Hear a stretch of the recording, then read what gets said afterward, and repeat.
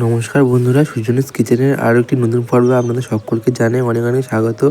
আজকে আমি আপনাদের বানিয়ে দেখাবো দোকানের মতো পারফেক্ট টমেটো সসের রেসিপি, যেটা খুব কম সময়ে এবং বাড়িতে থাকা উপকরণ দিয়ে আপনারা ঝটপট বানিয়ে নিতে পারবেন।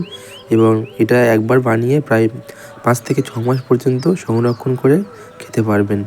আর ভীষণই সোজা বানানো, মাত্র 10 মিনিটেই তৈরি হয়ে যায় এই টমেটো সসটা, আর ভীষণই টেস্টি হয় খেতে। তাহলে চলুন দেখে নেওয়া যাক রেসিপিটি।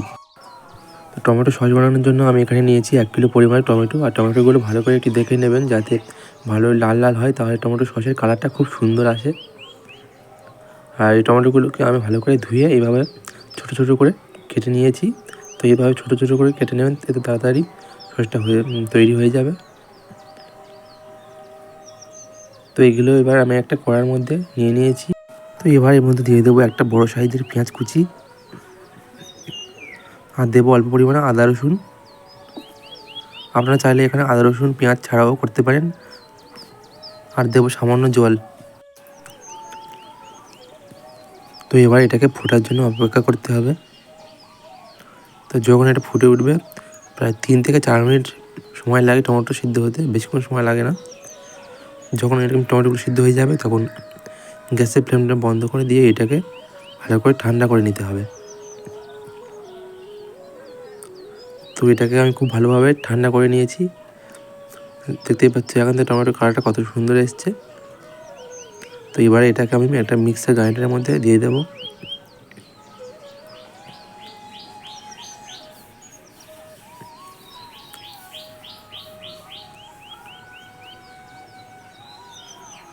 তো দেওয়ার পরে এবার এটাকে একটা ফাইন পেস্ট বানিয়ে নিতে হবে।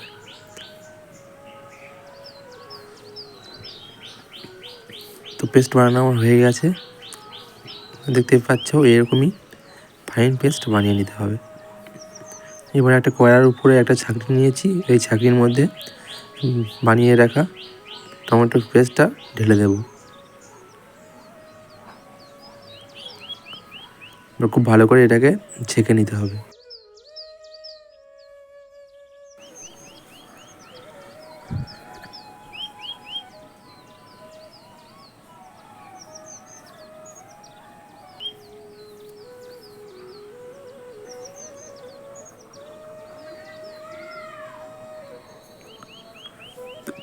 ছাঁকতে ছাঁকতে দেখবেন টমেটোর ছাল আর দানাগুলো একসময় এরকম আলাদা হয়ে যাবে। তো এইগুলোকে ফেলে দিতে হবে। আর দেখুন টমেটোর পাল্পটা বেরিয়ে এসেছে। তো এইভাবে আমি সব ছেঁকে নিয়েছি। দেখতেই পাচ্ছি এখন থেকে মনে হচ্ছে যেন টমেটো সস তৈরি হয়ে গেছে, কিন্তু না, এটাকে জাল করে নিতে হবে, তাহলে টমেটো সস তৈরি হয়ে যাবে।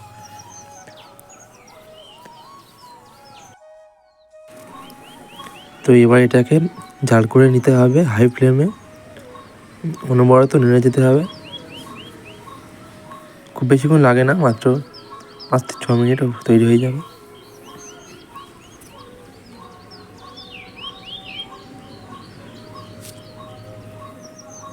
নাড়া থামালে হবে না, অনবরত নেড়ে যেতে হবে।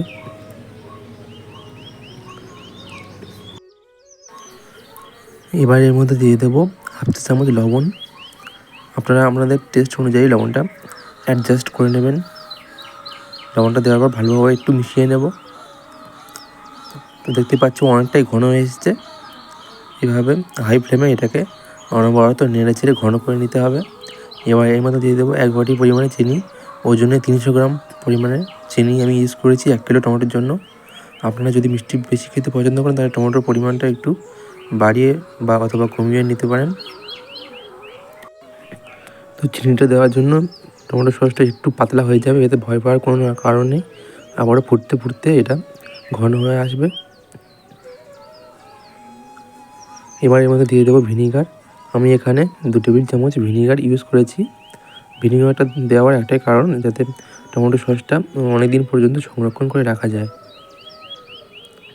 তো ভিনিগারটা দেওয়ার অবশ্যই চেষ্টা করবেন।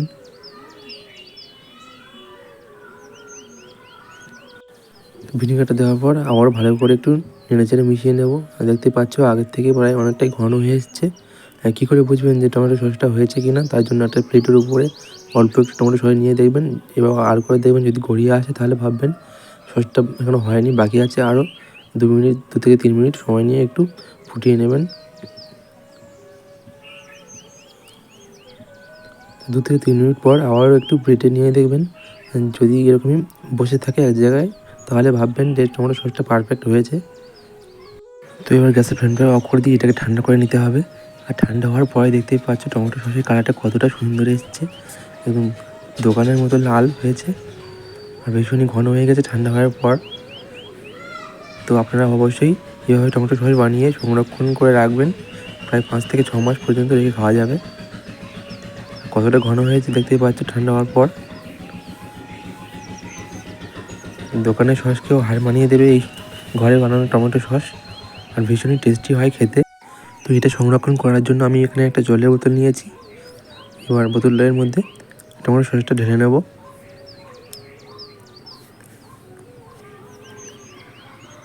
তো এখানে আমার প্রায় 2 বোতল হয়েছে 500 বোতলের, মানে 1 কেজি পরিমাণের টমেটো থেকে আমার প্রায় 1 কেজি পরিমাণে টমেটো সস তৈরি হয়েছে।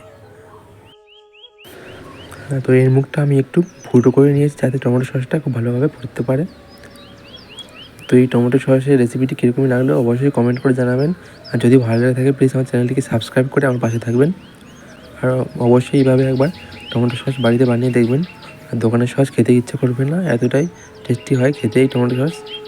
আর একবার একটু বেশি করে বানিয়ে প্রায় 5 থেকে 6 মাস পর্যন্ত সংরক্ষণ করে খেতে পারবেন। তো আজকের মতো ভিডিওটা এখানেই শেষ করেছি। সবাই ভালো থাকবেন, সুস্থ থাকবেন, আবার দেখা হবে নতুন কোনো রেসিপিতে। এতক্ষণ আমার সাথে থাকার জন্য অনেক অনেক ধন্যবাদ।